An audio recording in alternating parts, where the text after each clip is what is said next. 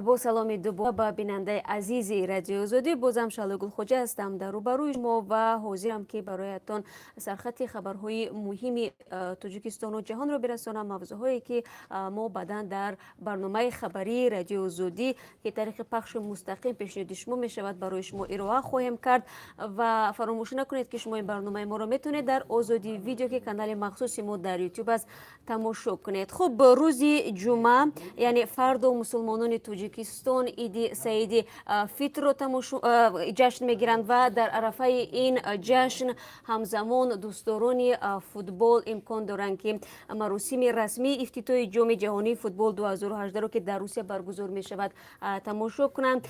در پس منظر این سبقت جهانی برای شما درباره هشدار مقامداران اکتشافی امریکا و بریتانیا خبر میدیم که به هواداران فوتبال گفتند که اثنای سفرشان به تماشای جام جهانی امکان دارد تلفن های موبیلی و کامپیوترهایشان مورد حمله هکری قرار گیرند. تفصیلات را در برنامه برای شما حتما شرح خواهیم داد.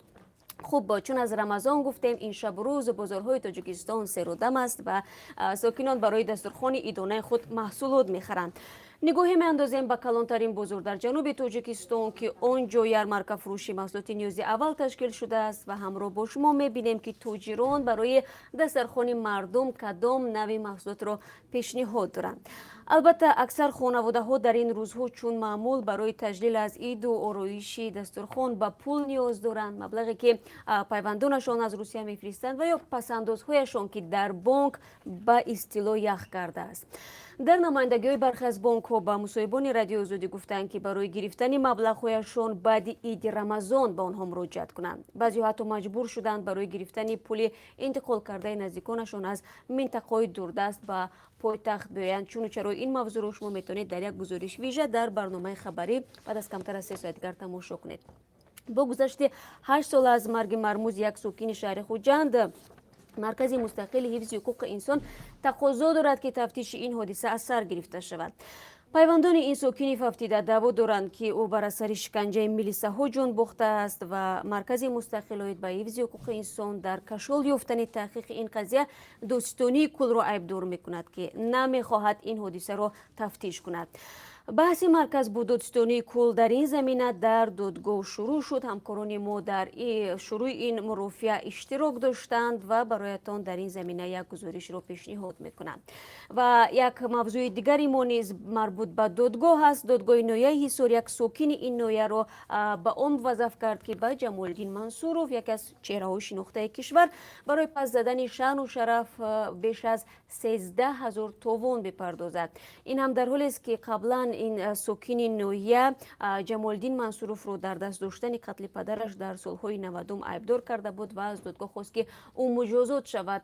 اگر شما برنامه‌های ما را تماشا کرده باشید در رادیو آزادی ما خبری این را پیشتر از این برای شما پیشنهاد کرده بودیم و اکنون بازم به این موضوع دیگر باره رجوع میکنیم که چطور شد که وقتی یک نفر از بالا یک نفر دیگر به دادگاه مراجعت میکند برعکس او را برای تحقیر و پس زدن شأن و شرف عیبدار میکنند و همچنین توان بزرگ نیز بر سر او میبندند که او باید این توان را بپردازد. خلاصه با خبر و گزارش‌های بیشتر از این شما میتونید بعد از طوری گفتم کمتر از 3 ساعت دیگر در پخش مستقیم برنامه خبری رادیو آزادی در تقدیم من شالگل خوجه آشنا شوید. برنامه ما همچنین در سامانه ما www.azadi.org که وبسایت رادیو آزادی است پخش می شود و حتما که ثبت آن در شبکه اجتماعی که اونجا رادیو آزادی صفحه خود را دارد، بیننده و خواننده خود را دارد، برای شما پیشنهاد خواهد شد و هر نفری که میخواهید بر رادیو آزادی تماس بگیرید و یا نواری و عکس و خبری بفرستید تماس بگیرید با ما خیلی آسان است. رقم شبکه اجتماعی ما وایبر و واتساپ و ایما در سامانه www.azadi.org با حرفای کلان نوشته شده است. همه شما را من در پخش مستقیم منتظر هستم.